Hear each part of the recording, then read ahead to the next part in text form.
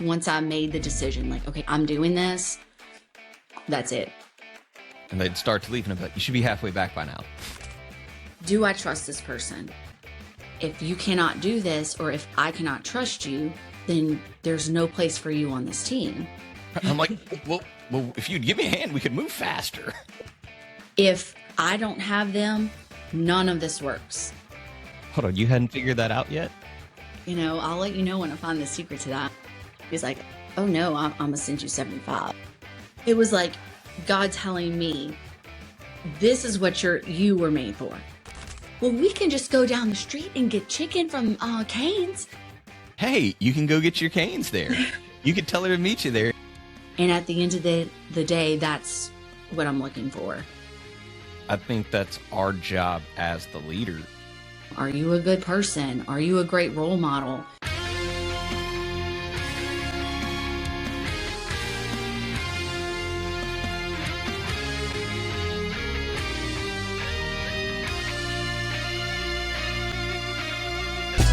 This is the Clark Connection Podcast, where 12 years of coaching championships meets real-world leadership. Coach Clark broke through at the highest levels. Now he's bringing you the playbook. Every week, real leaders, real wins. Real strategies you can use Monday morning. If you're done with theory and ready for results, this is your show. You in? Let's go! And welcome back to the Clark Connection Podcast, where we talk leadership, personal growth, and entrepreneurship, and how to connect it all to real life. I'm your host, Aaron Clark, aka The Coach.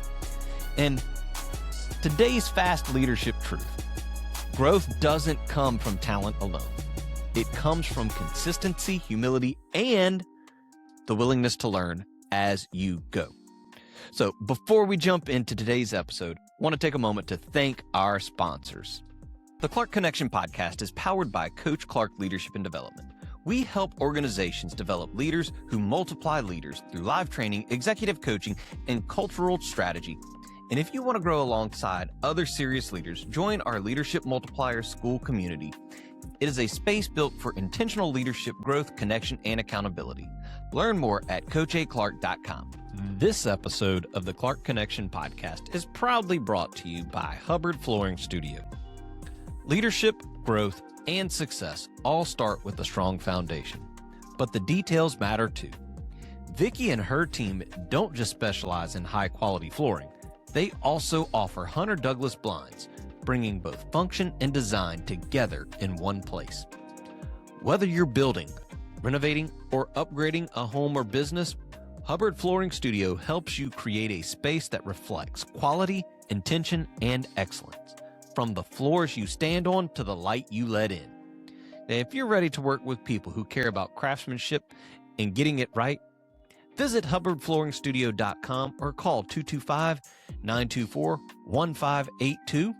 Hubbard Flooring Studio, covering you from the ground up. Shout out to Steadfast Electric for supporting the show.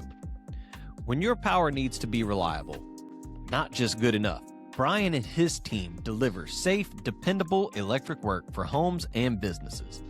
No shortcuts, no guesswork.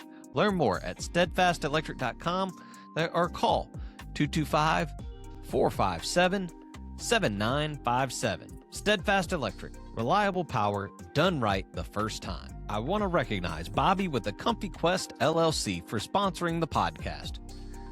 Bobby specializes in craniosacral therapy, a highly specialized form of bodywork, and she's one of only 2 therapists in the Baton Rouge area offering it.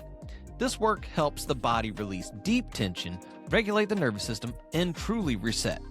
To learn more or book a session, visit massagebook.com/acomfyquest or call 225-773-0307. A Comfy Quest. Specialized craniosacral therapy for a real nervous system reset. A big thanks to Automate Integrate Professional Services for backing the show. Andrew helps businesses simplify, automate, and integrate their systems so leaders stop wasting time on manual work and start focusing on growth. Visit automate-integrate.com or email andrew@automate-integrate.com. Automate Integrate, systems that work so you don't have to overwork. I want to give a shout out to Dr. Bob Smith, chiropractic internist, for sponsoring today's episode. Dr. Bob focuses on identifying the root cause of pain and dysfunction, not just covering up symptoms. If your body isn't performing the way it should, this is the kind of care that looks deeper. Learn more at brspine.com or call 225-291-2626. Dr. Bob Smith, finding the root cause, not just chasing symptoms. And as always, if today's conversation adds value to you, I'd love to hear from you. You can connect with me via email, aaron@coachaclark.com, on my website, coachaclark.com, or via social media at Coach A. Clark or at Clark Connection Podcast. All of that is listed below. Now, today's guest is someone whose story is a masterclass in entrepreneurship, leadership, and mindset. Molly Sartin. She started her dance academy right out of high school, and on the very first registration day, 75 students showed up. What started out as passion quickly became a growing business that forced her to learn leadership, team building, and personal growth in real time. In this episode, we talk about hustle, support, that building the right team, and the mindset shifts required to grow, not just as a business, but yourself as a leader. Let's jump into my conversation with Molly. All righty, and finally, welcome to the show, Molly. Thank you. And so I say that, guys, because Molly's been quite the elusive person. I've been after Molly for, since your 15th, that dance recital.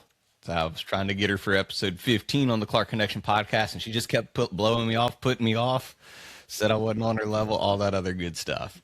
That's not true. That's not true. I was just a little tied up. So. Yes. No, I'm totally joking. Me and Molly go back. We've known each other a long, long time. And so I do want to say that I applaud you and I admire you, Molly. 17 years in business. So you've tripled what the average entrepreneur makes it. So congratulations on that. Well, thank you. Thank you. It's been great, actually. It's been great. So. Yeah, and that's kind of what I want to really start off. That, what was it like? Let's go back to the start of Molly Myers Dance Academy. Like, what got you to say, I'm opening up a dance academy? Well, it kind of all started spiraling when I graduated high school, and, they ask you like a couple months before, or even the year before you graduate high school, it's like, okay, what do you want to do? You have to put down, all your college applications, and you start doing all these things. And I truly was just marking anything like, maybe I'll do business, maybe I'll do childhood education, or, go that route, counseling. And I was just definitely not sold on any of it. And I grew up dancing my entire life since, age of 2. And I think that once I realized I was graduating high school, that would end. And honestly, my parents helped me, put it all together and say, just open up a dance studio. And I was like, there's no way I can't do this. And they helped me. They supported me so much. And they were there for me tremendously. So, and I went ahead and said, okay, let's do it. And ended up having 75 kids show up for registration day, and just kind of blew me away. One of those signs where it's like, okay, Lord, at least just send me 20 kids, just 20. And he's like, oh no, I'm going to send you 75. So it's pretty funny. Right. Like, and bam, there you go. You wanted 20. I can do better than that. Yeah. It was pretty funny, but then also looking back at it, just how big he really is and how his hand is in everything. And I'm thankful for that. Yeah. And so So, what exactly were you thinking when you had 75 show up? Like what was your mindset right there? well, honestly, at that time, I was still enrolled in college and was going to go to school during the day, teach at night. I was like, I can't go to school. I have to teach these kids like that showed up. So I ended up, we have like a, family joke that I went to college for like literally 15 minutes. So, you know, I really did. I had to drop out of college and it became full time. So, yep, it's Now, where were you um enrolled at? BRCC. Okay. I didn't even know that you had enrolled in college. I always thought it was Molly said, I just want to be a dance instructor. I want to do dance, and the rest is history. Oh no, it's a family joke. Like, oh, ask Molly. She went to college for at least 15 minutes. So, yeah, within 30 minutes of my first class, I had dropped out. So, yeah, That's awesome. it I was, love it. I love it. it's funny. So, yeah, I'm saying another college dropout success story. I mean, you, that's the thing. You got to start hustling somehow. So, you got to make it work. So, and it ended up really benefiting me because it gave me, all that time to really put everything I had into, all of these classes, those kids, and just start building from the ground up. So it's pretty cool. Yeah, it is. It's really cool. Whenever you say it, just seeing that, hey, you were able to go and start following your passion. I started at 18, and here we are 17 years later. That's really cool. Really cool. Because most businesses fail within, or for almost all of them fail with, it's something like, I think it's like 50% fail in year one. And then I think it's up to 75% are shut down by year five. And so just to have made it as long as you have, that is quite the feat. Well, thank you. So you, that first year, 75, what did year two look like? Well, year two, I had around 150 kids end up showing up. And I think I think the hardest thing for me, and I won't say that it wasn't hard for me to learn it, but it was like one of those moments where like you have to make sure that this continues because you have these kids showing up, but how can you have expenses, you have a recital, but I think one of the biggest things when I started out is learning that you have to do everything yourself and um I don't mean like be in control of everything and bark out all these orders. I mean like you can't just get a cleaning lady to come in and clean. You are the cleaning lady. You are the maintenance guy. You have to do all of those things because you just started out and you have to make it work. You have to hustle. You have to make sure that, you know, this person is getting what they paid for. And I think that's the biggest thing to learn is when you those first, you know, I say 2 years, but really the first 5 to 8 years, you have to make sure that, you're doing all those things yourself. So Yeah. And then, I mean, you had an awesome support system too. I think that's a key thing that people miss out on. You had your mom and dad that were like, all right, Molly, you want to do this, you can do this, we got you. That, absolutely. I think that was the only reason I did open up in the first place is because they pushed me and said, we're going to support you. I think by year three, I met Brian, who's now my husband, and he just jumped right in and was like, what do we have to do? And so having him and my parents support me has just been huge. So really, really great. I'm very thankful for that. So Yeah, that is awesome. Now, the year one, were you teaching? So were you teaching all 75 yourself, or did you have any helpers? What did that look like? yeah, so I had helpers or assistants, but I was the main teacher of every class.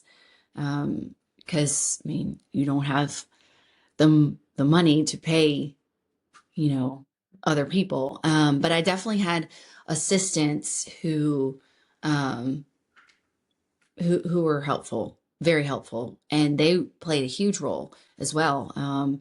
One of them was actually one of my best friends growing up through dance in New Orleans, and she ended up going to LSU.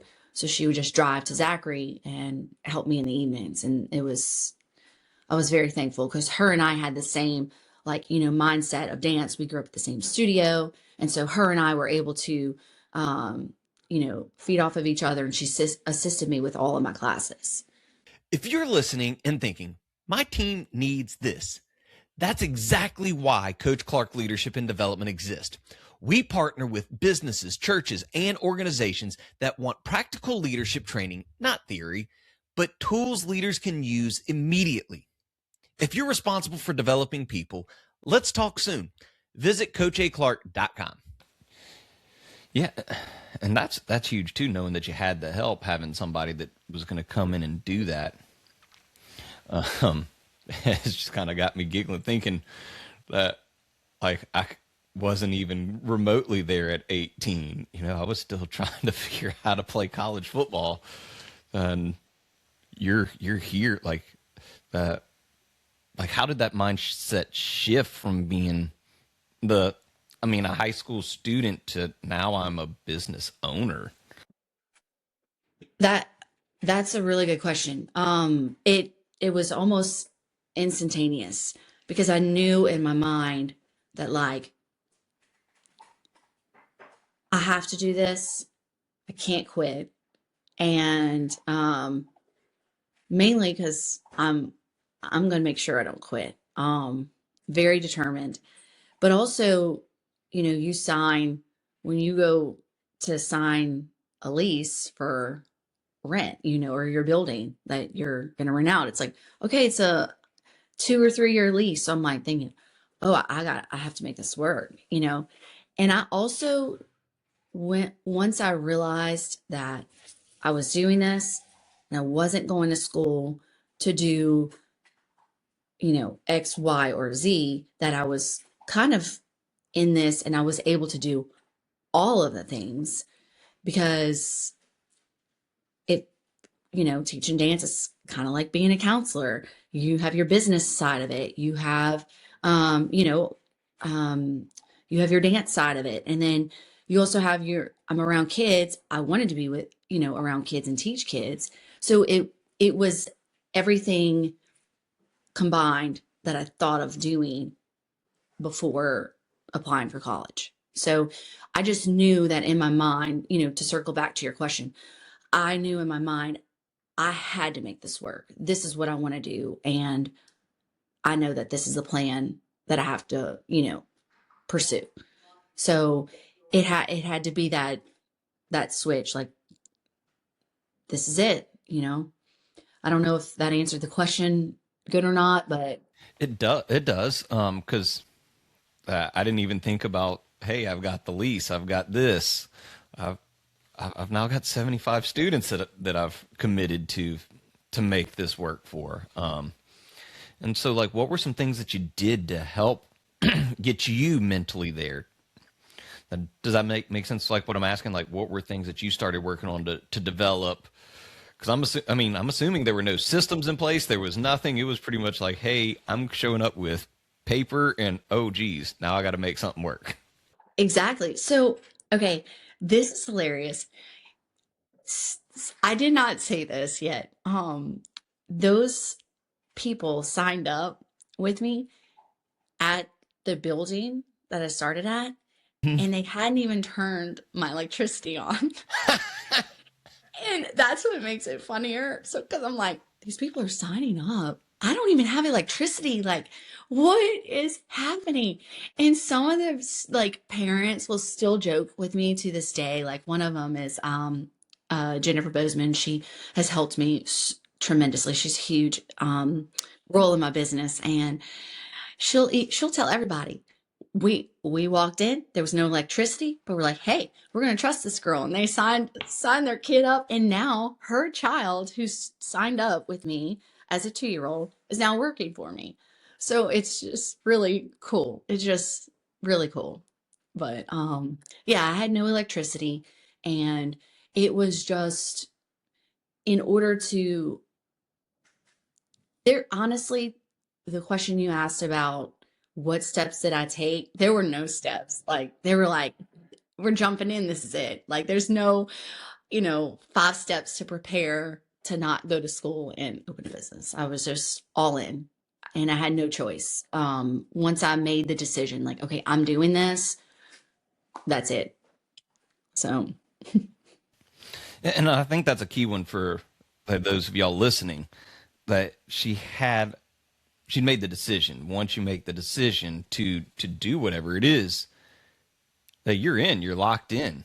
It's not like all the other decisions are made. So it wasn't like Molly, and you can tell me if I'm that overstepping or saying this wrong, but you knew, all right, I've decided to make this work. So I'm going to make sure that I pay rent. So this means, oh, my friends want to go to the movies on Tuesday night. Well, I can't, because I'm teaching that 20 children tap dance tonight, or whatever it is that we're teaching that night. And then that does the same thing for, there might have been Sunday nights where you had, oh, well, we're going to do this with whatever with family. And you're like, well, I got to get a studio room ready. So I'll see y'all later. That's what you do as an entrepreneur, as somebody who is the boss. Once you've committed, the rest of the decisions are easy. right. That's exactly right. You sacrifice a lot. You really do. All the, family events, friend events, like I did not have the, I guess you could say, college lifestyle, where all of them are, I'm sorry, my dog is over here. I say, well, let him on. He'll be the star of the show. Okay, squeaky toy. Okay.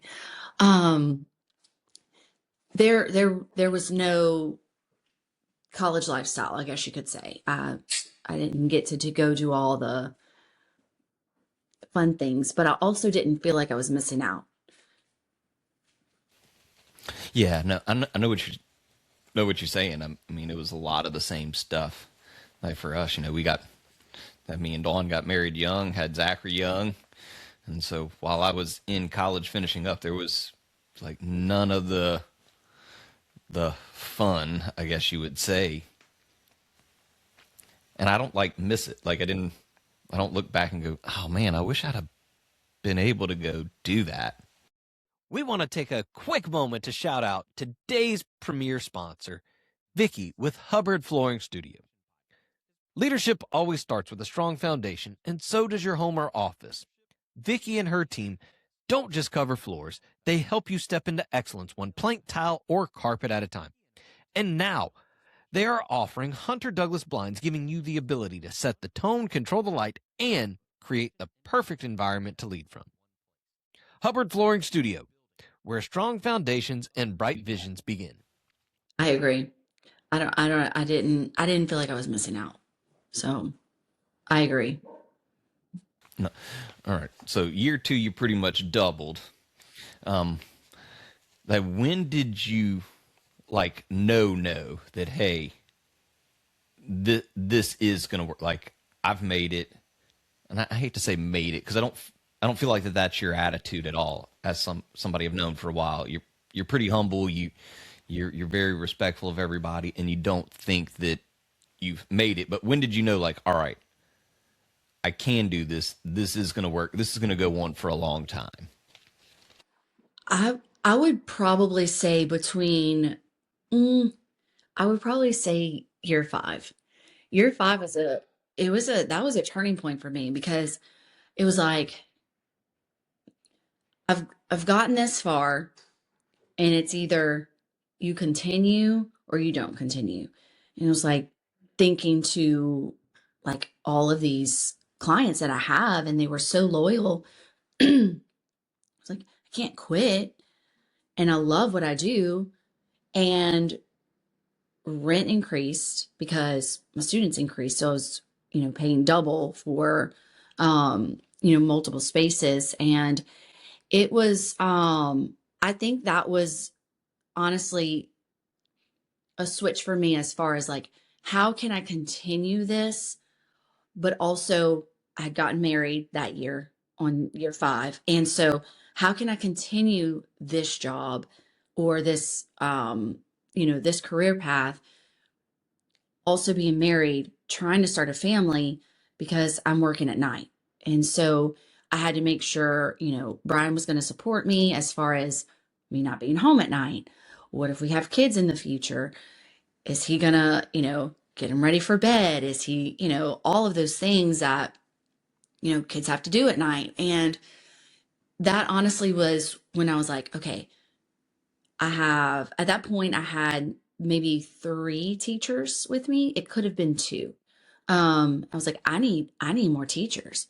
I have so many kids this year. At that point we were, around 200, 300 kids, and I really needed help. And I started, you know, thinking about how can I get teachers to come in so I can even leave, at 7:30 or at 8 o'clock, and kind of just that goal in mind, knowing that like it may not happen this year, it may not happen for the next 3 years, but I can't continue to have a family and work these hours all the time. Yeah. And so when you say that, kind of quick question in there, all right, when you say working all these hours, how many hours were you working? Well, Just kind of at the studio, because when you have a business, it's 24/7. They may call you, maintenance person may call you at 9 a.m. Hey, we need you to come up here and, do all this. Or unlock the door, AT&T, all of those little things. That's to me like not hours, because that just comes with the job. So hours for like that I was away from my family would be evenings. So we're saying Monday through Thursday, 4 to 9 p.m. And then at that point, year 5 through 10, I was also working on Saturday mornings, 9 a.m. to 12. And that was difficult. That was probably one of my biggest goals. It was like, one day I don't want to work on Saturday. So, and I ended up getting to that point, and that was fantastic. That was really great for my family. They were excited. My husband, we had a little, by the time I did not have to work on Saturdays, was we had 2 kids, and it was like, this is great. Me not having to, leave the house again while they're home. And I was excited about that. So. Yeah. And so I guess that's also including in, because I kind of agree but disagree a little bit with if you are showing up to the studio to work, to let the person in, because I'm sure you got there and then, all right, yeah, it's over there. And, oh, yeah, let me go do this paperwork. And so that's kind of where I was thinking along the lines is that, how many physical hours were you working on the business? Not just teaching students. Yeah. A lot. Yeah. Like probably 3 hours in the morning, and then I have a good little break, kind of mentally prepare for the kids to come in that evening. So That's anywhere from 9 to 10 hours a day that you were putting in time, which is like pretty significant. It's a lot more than most people are working on a regular day. yeah, and I think too, like what makes it's in my job, like I'm not doing the same thing every day. So that helps tremendously. So I may be working, 9 to 12 at the studio in the mornings while my kids are at school, but then go to get them from school, come back, and I'm there till 9 o'clock at night. It's always something different. I might be working on,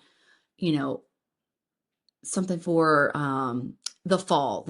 Then here we have Thanksgiving. Then we have, it's always different. So it's enjoyable. Once we hit recital time, it's all recital work, and it's something that, it's always different. So I'm not having to do the same thing all the time. So it does make it so much better. So. And so at it was around year 5 that you finally, all right, I'm bringing in more people. Around somewhere between 200 and 300 students. And so now working, like, now you said, I think it was 19 instructors and that 400 students. I mean, that's phenomenal. Yeah. So we do. We have 19 instructors. I'm in that 19. So technically there's 18. They make it work. Like they're phenomenal. They love kids. They know exactly what they need to do when they walk in. Everyone is fantastic. And this year, or the last couple years, I'm able to, get everything opened on Tuesday, and I'm able to go home early on Tuesday evenings. It's unbelievable. That is like, it's weird because it's like I'm living the goal that I had years ago, and I guess sometimes it's almost unbelievable. I'm like, this is my life. Like, I can't believe that I'm able to come home, put my kids to sleep, and I know that everything's fine at the studio. It's just truly a blessing. It's incredible. So, yeah. And so that kind of takes me to the mindset shift that I was going to switch gears a little bit, leading the team. I think that's a huge important thing, because you went from, hey, I'm the doer. I'm the one spinning all the plates and running around and doing this, and to being able to delegate and bring on great, I call them partners. I hate saying employees, because I never feel like, I mean, I know we both kind of been joking with our world's best boss mugs. But I really don't like to consider my employees. Like, I consider my partners in business. So how do you go about getting people to buy into your vision and mission, to work with you on that? Because that's awesome that you can say, all right, Tuesday, basically, y'all got this. Peace, I'm out. yeah. So, and I like to use the word team, my team and I, because I don't think of them as, below me, or, if I don't have them, none of this works. So I cannot be in 4 classrooms at one time. And there are things Hold on, you hadn't figured that out yet? You hadn't figured out how to... I mean, I tried. I'll let you know when I find the secret to that. But I was going to ask you, because I need another 3 of me. So yeah, that's another, decision that you have to make. Like, do I trust this person? Can they do, and you have to lay it out. Like, this is the product. This is what we sell. And if you cannot do this, or if I cannot trust you, then there's no place for you on this team. And at the end of the day, you have to be able to walk away and say, I know that they can do it. I know that they can do it. I know that they can do it.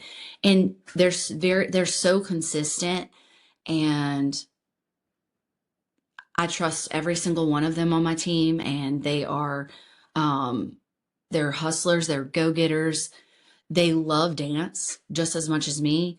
They love the children just as much as me. And at the end of the day, that's what I'm looking for is, do you love these kids?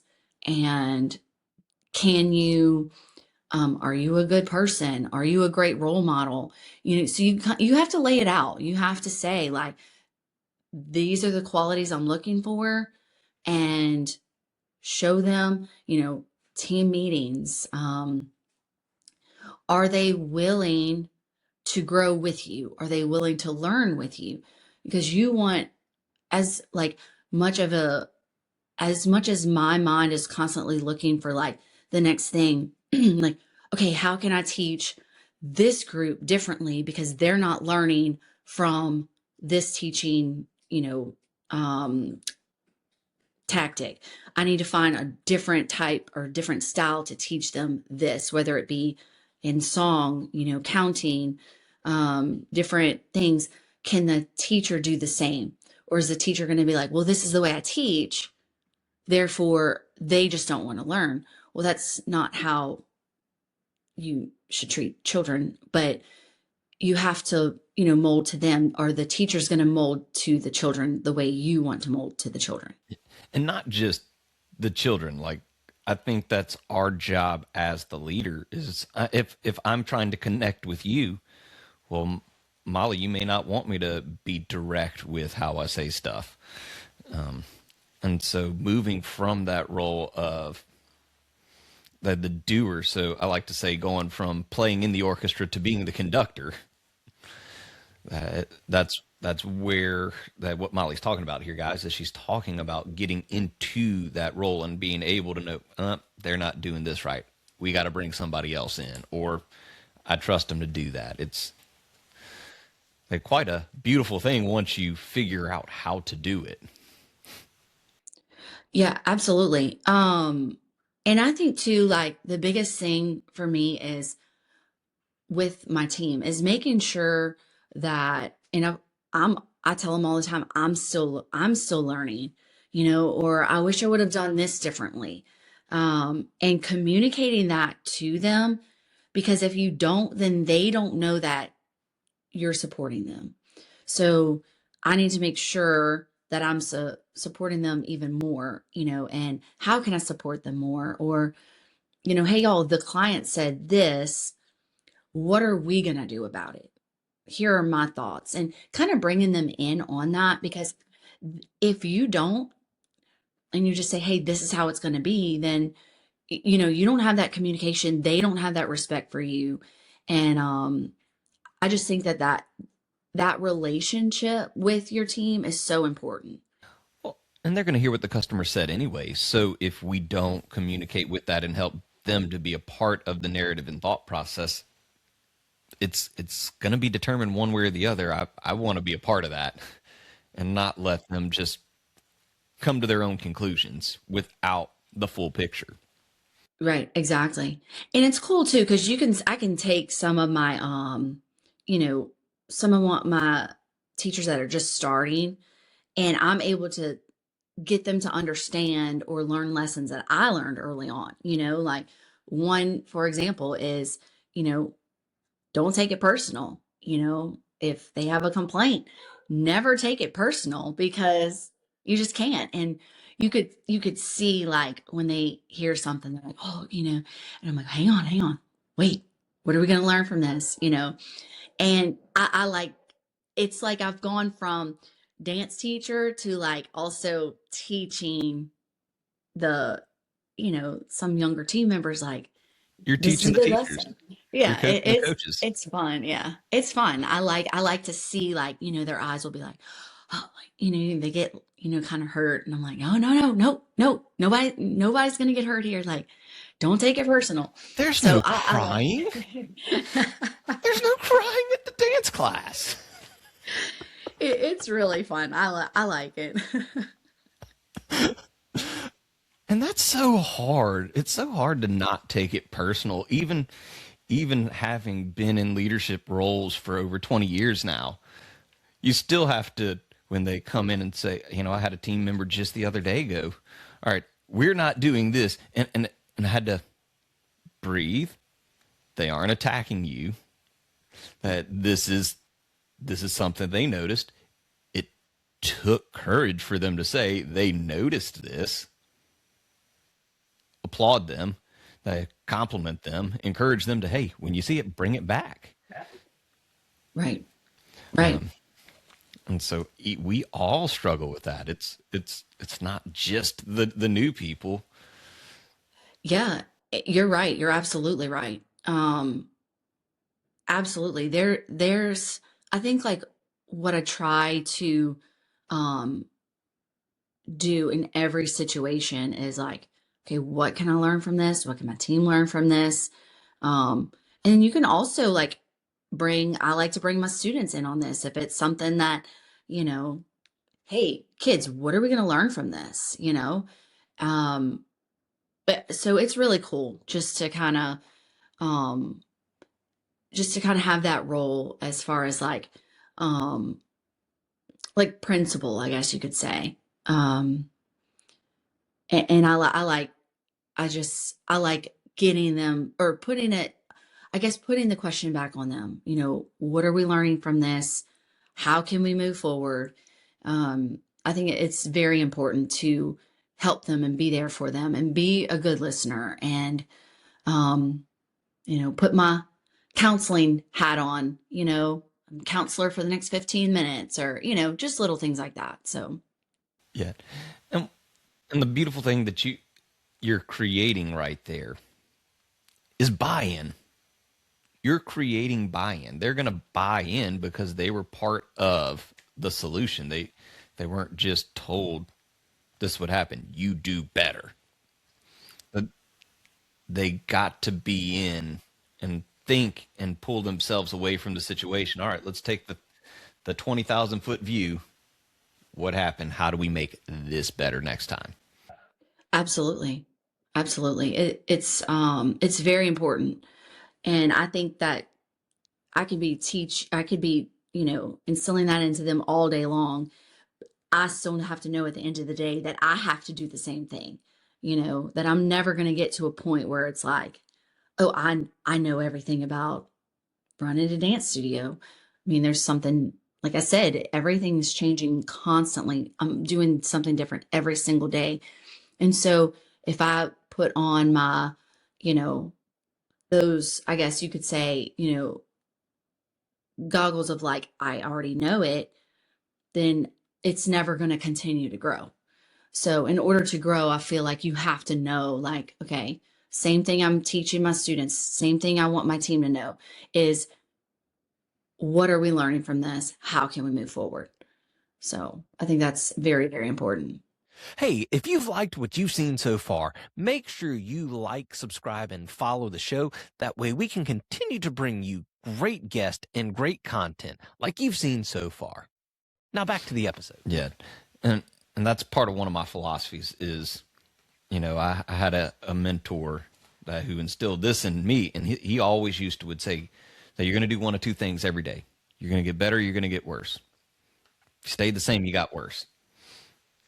And that's what we have. It's our job as the leader. I was reading just this morning, out of the book of Ezra. And so I just finished it.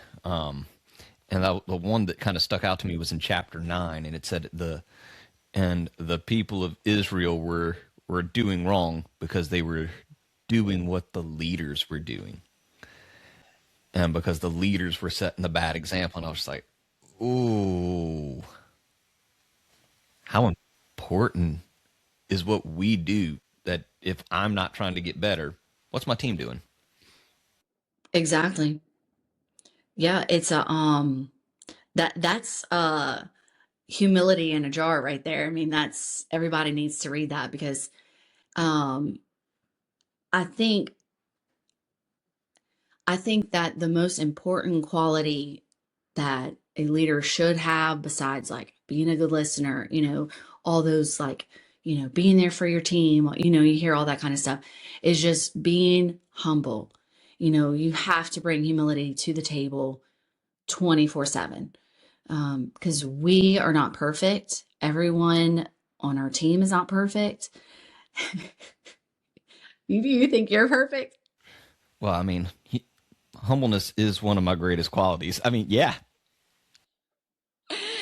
That's hilarious. So, yeah, you have to bring humility to the table and say, "Hey, I messed up. How can we move forward? How can I make this better?" So, I'll say it till the day I die. Humility. It's huge. So, Yeah, and being vulnerable to let them know. I think that's the beauty of where we are. So one that I always think of when people ask like, "Oh, how was this? How was that?" And I'm like, "Man, I got on my team one day about showing up late to work." And sure enough, the very next day that I showed up 2 minutes late. So I called a meeting and to apologize to the entire team. "Hey guys, we talked about this. I told y'all we weren't going to do this. I'm not going to do it again. I apologize to y'all." And just having them come in, I had one a couple days later, like, "Thank you for doing that." Like, I've never had a boss do that before that said, "Hey, I messed up. Let's all be better." absolutely. So I love that scenario, because you have to give your team grace. You have to give your students grace, like in, my business, or if, your coach, your players, you have to give them grace, because none of us are perfect. And if you want them to continue that relationship with you and have, that bond with them, they have to know, okay, I'm going to always accept them no matter what and it's just grace. So I like that. Yeah. Well, and the one that I used to always, especially while I was coaching, I would fuss at my players. I told them, when I get on to you, it's never going to be because you messed up. It's going to be because you didn't give 110%. Like, sometimes, because I always remember just one time, I remember a coach just getting on to me. I missed tackle on a guy by the name of Ben Jarvis Green Ellis, who also went and won Super Bowls with the New England Patriots, and people couldn't tackle him in the NFL. But, I mean, I didn't get to see that until almost 8 years later. And so, I mean, that was one that I was like, man, I couldn't believe I was missing tackles on this guy. Like, and my coach is like, we don't miss tackles. And versus, was the effort there? Was, because, I mean, that crushed me for a game or two. Just like, I can't believe I missed this. When you watch him play at Ole Miss, and nobody at LSU can tackle him. Nobody in the NFL can tackle him. All right, I feel less bad. Right. I know. I like that a lot. And that's what I try to tell my own two kids. Every single day when they're getting out of the car, I'm like, do your best. Go to school and do your best. And I think that's I like that. That's pretty funny, actually. Yeah.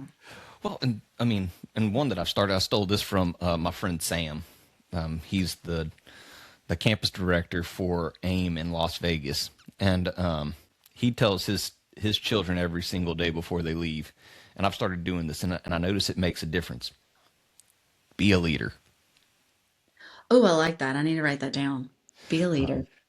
But I mean, I used to do the same thing until he told me that. I was like, hey, do your best, try hard. And then I was like, dang, be a leader.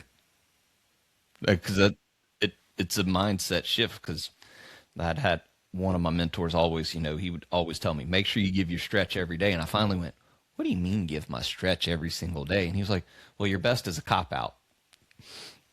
Because, well, why didn't you get this done? Well, I tried my best. It's like, I want better than that. Wow. I like it. Hey, I wrote it down. Oh, yeah. He was a good one, man. He used to hit me between the eyeballs all the time with stuff like that.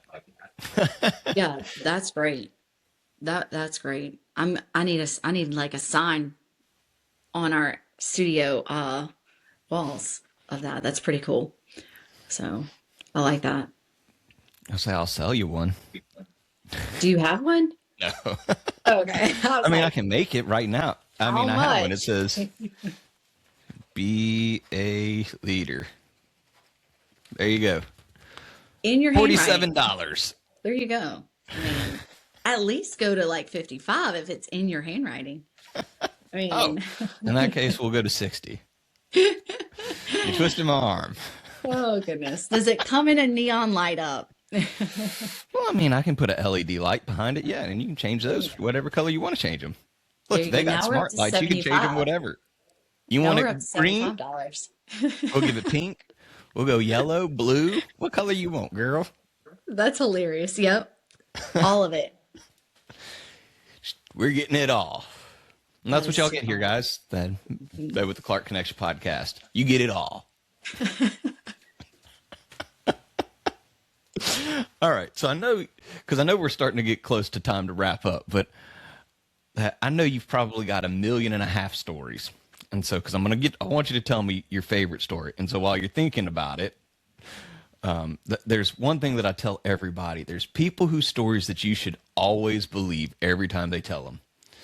That first responders, medical professionals, and teachers. And so I say this because we don't have enough time to make up these stories that we tell. And so I know you've got some favorites. I want to hear like a favorite story. It could be from like year one. It could be from 2 days ago. I guess that's too broad. I'm trying to now think like, how do I bring this down and bring it back in? But I know you've got some favorite stories that like, hey, I love telling about like this one student and how this happened, or Yeah. That's really hard because I can tell you funny stories. Um, Obviously, kids like the show, kids say the darndest things. Um, Favorite stories, you know,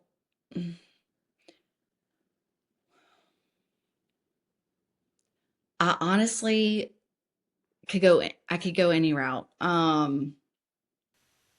There's a bunch of funny ones. There's a I'll bunch say, of funny ones. give us a funny one. There's one there's one I'll never forget, and it was this little girl. I don't know if I'm even allowed to say her name. This was my year one, and she was only 3 years old. And the little 3-year-old classes, they're only 45 minutes. And we're in the middle of dancing, and the song is blaring, and they're doing their little dance, and she has to stop and tell me that she's hungry.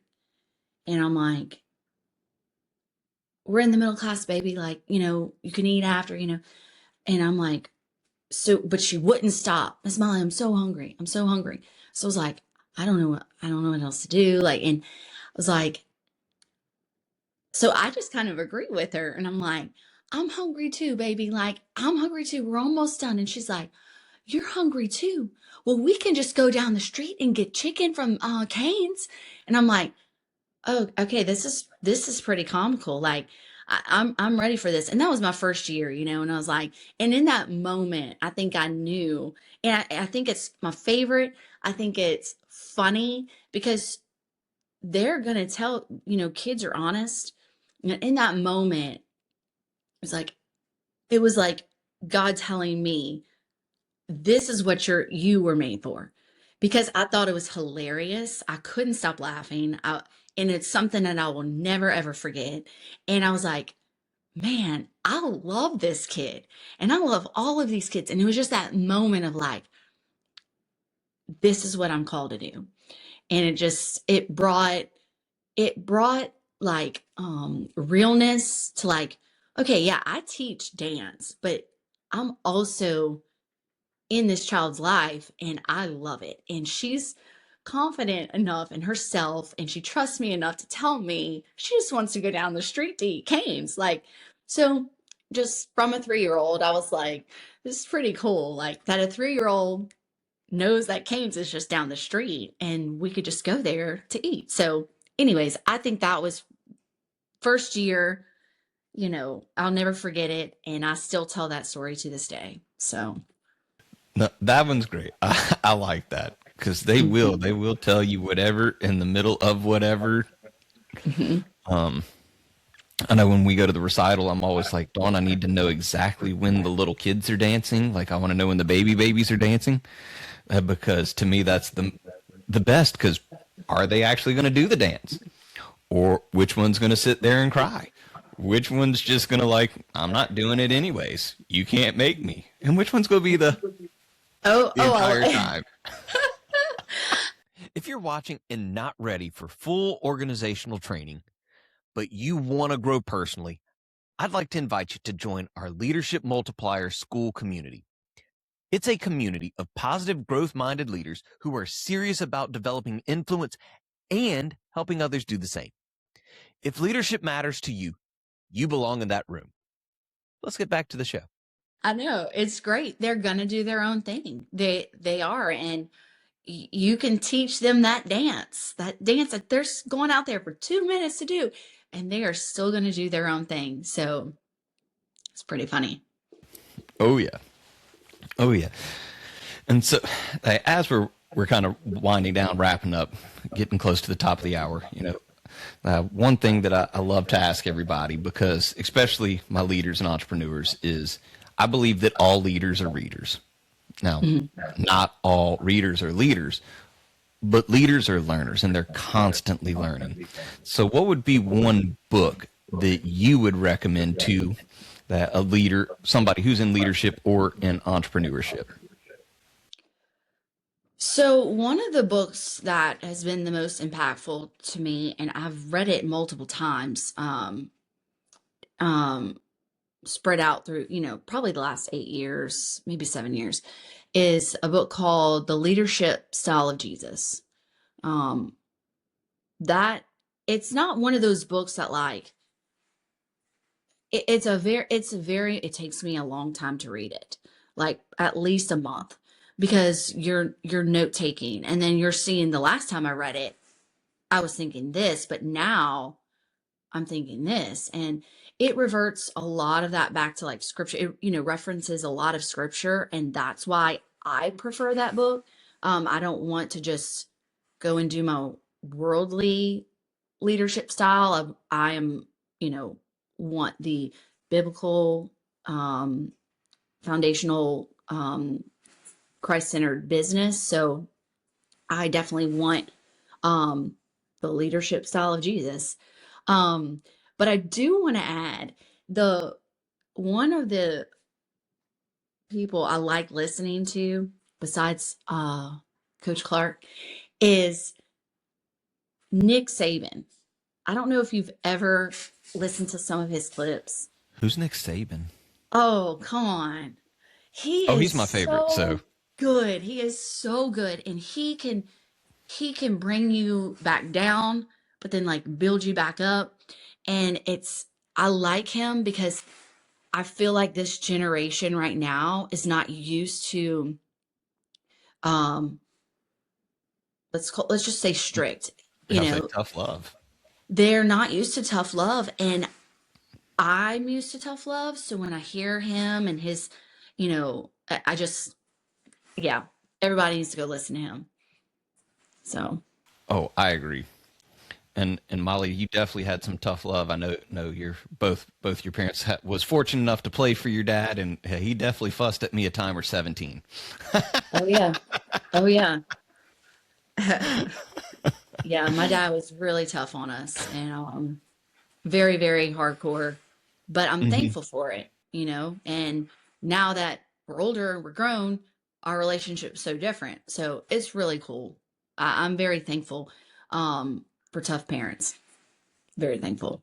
It is. It's really cool, because as I became a coach, and I'll always remember the first time I went back to Belle Chase High School and was sitting there, and I was talking with Coach Becknell, and was just like, he's treating me just like a normal guy now. And he's like, I was like, Coach, it's kind of weird. And he was like, you're a coach now. I'm going to pour into you like I would a coach. And I was like, it was, even with your dad, like getting to see after we moved and gotten to reconnect, and having him as a mentor coach instead of like, hey, you did the play wrong, go do it again, coach. Yeah, absolutely. It's so cool to see that shift in those roles with your parents, because I mean, those are the first ones that everybody has. Our first mentors are our parents. Mm-hmm. Absolutely. Yeah. Kind of next question I had, what's a book that either you just finished reading or maybe currently reading? Well, I'm in the kind of the beginning of a book. It's titled Boundaries with Kids. It's a tough read. It's kind of like it's one of those, like, you have to read in sections and then take notes. So it's not like your, feel good book. It's about parenting basically. But any person in leadership could benefit from this book. Actually, it like I'll just give you an example of the chapter I just read is like how each age group is capable of different expectations, and then like consequences. So like you will give different consequences to a 2-year-old versus a 16-year-old. And it's a tough read. I'm not going to lie. Like, I have to go read it twice. And then there's this one paragraph that I ended up highlighting the whole thing, not knowing, because I'm like, go back and read it. Oh, I caught that word. So it takes me time. I almost feel like I'm studying when I'm reading this book, but so far, I'm almost midway through. I highly recommend it. It's phenomenal. Yeah, especially if you're leading a team, I could see where that would be beneficial, because that's always one that I coach my leaders on is I can't treat you the same way that I would treat Dawn, and I can't treat Dawn the same way that I would treat Zachary or Levi, or fill in whoever is your follower, because you're on a different level of leadership with them, but then they are in a different level and stage of life every time you're working with them. So I could coach you different from how I would coach my co-host Caitlin. And it's not because you're better than Caitlin or Caitlin's better than you. It's y'all are different. Exactly. Yeah, it talks about all those things. It's a really good book. You would just have to be it's like I said, you'd have to be prepared to break it down. I have notes on the side. No pun intended. You'd have to be willing to, take your time and write those notes on the side, or, okay, I just read this chapter, but I think I need to read it again. So it feels like study material. And it all is. Yeah. Okay. And so last question I ask everybody. Okay. Is what's one thing that I should have asked you that maybe I didn't ask you? No.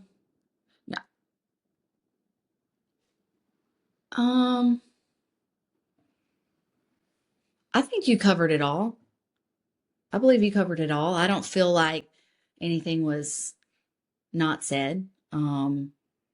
It was cool to talk about. I love talking about leadership. I love talking about business. I feel like we covered all of that. I thought you did great. I thought, I don't feel like you left anything out. Okay.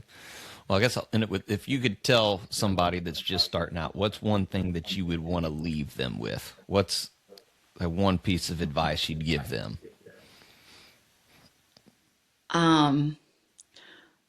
There's a lot, but one I like to say often is, you you have to keep going. You have to make that mental switch, like we talked about, like, this is what I'm doing. But one of the things I like to say is, and I say it to almost everybody, and I'll say it to people just starting out in business. If you are not running, you're not moving fast enough. And so that's I love that. if you're not running, you're not moving fast enough. Because if I'm saying, like, and I don't mean like, it doesn't have to mean like you're physically running. It could mean like, you're just hustling for the next thing, as far as like, this is my goal. Am I doing it correctly? But you also want to make sure that you're not just giving it, just doing it halfway, like all the way in. But I just hustle. If you're not running, you're not moving fast enough. I learned that from my dad. So, Now that you say it, I was like, oh, I had heard that before. my dad taught me that. And I remember he'd send us, if we were having to do yard work, and I'd, go get this, go get that. And you'd start walking, like, I told you to run.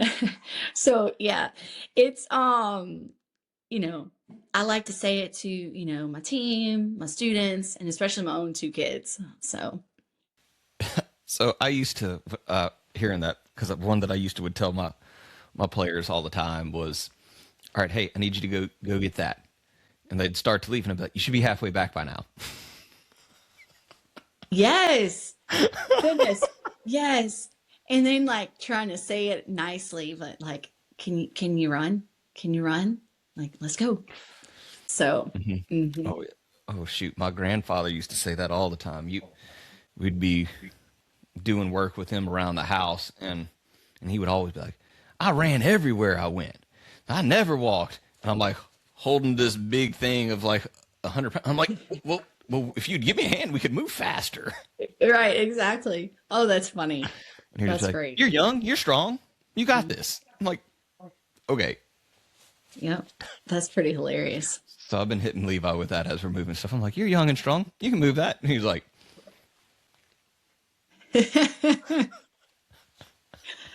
that's hilarious. oh, I love it. And so, Molly, I know. So when is the recital? I know that was one that you have every year. What day do we need to tell people to start showing up, and where? June 13th at the Baton Rouge River Center. The Raising Cane's River. Hey, you can go get your canes there. You can tell her to meet you there, and you'll get there's.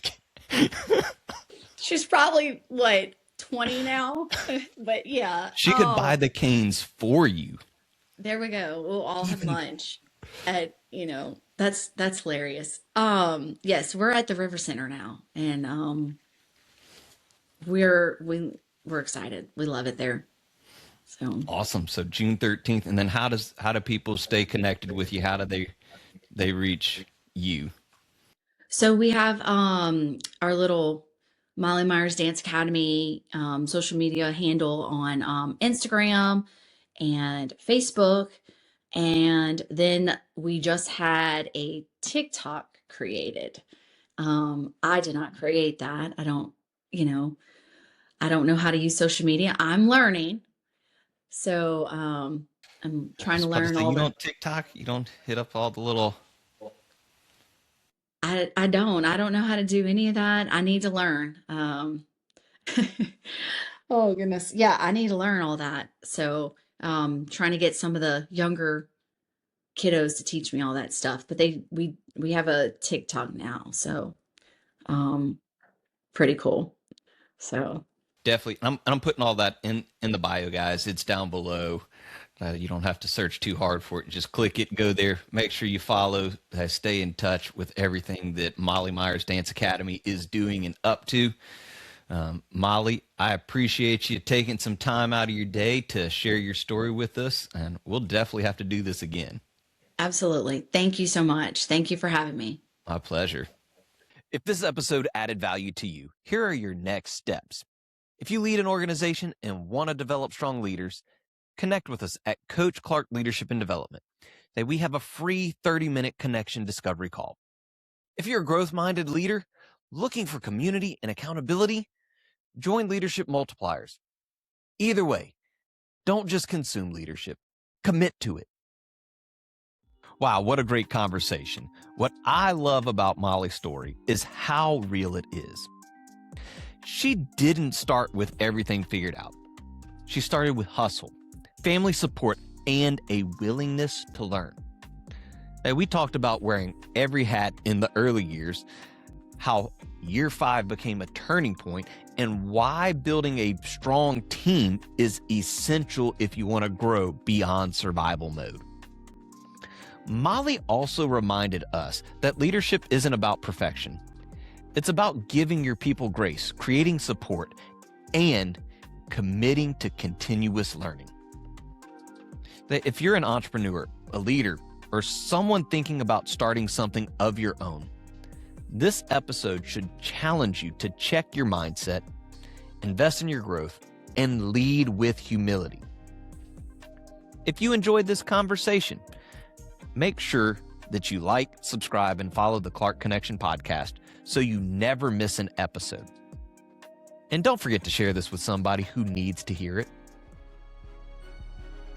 And lastly, remember, you don't have to be great to get started, but you have to get started to be great. So keep learning, keep leading, and keep connecting. And I'll see you on the next episode of the Clark Connection podcast. Thanks for listening to the Clark Connection podcast. If today's episode added value to you, do me a favor, follow the show and share it with someone who needs it. You can connect with me at my website, coachaclark.com, or on social media at Coach A. Clark. All the links are in the description. Until next time, keep leading, keep growing, and keep connecting.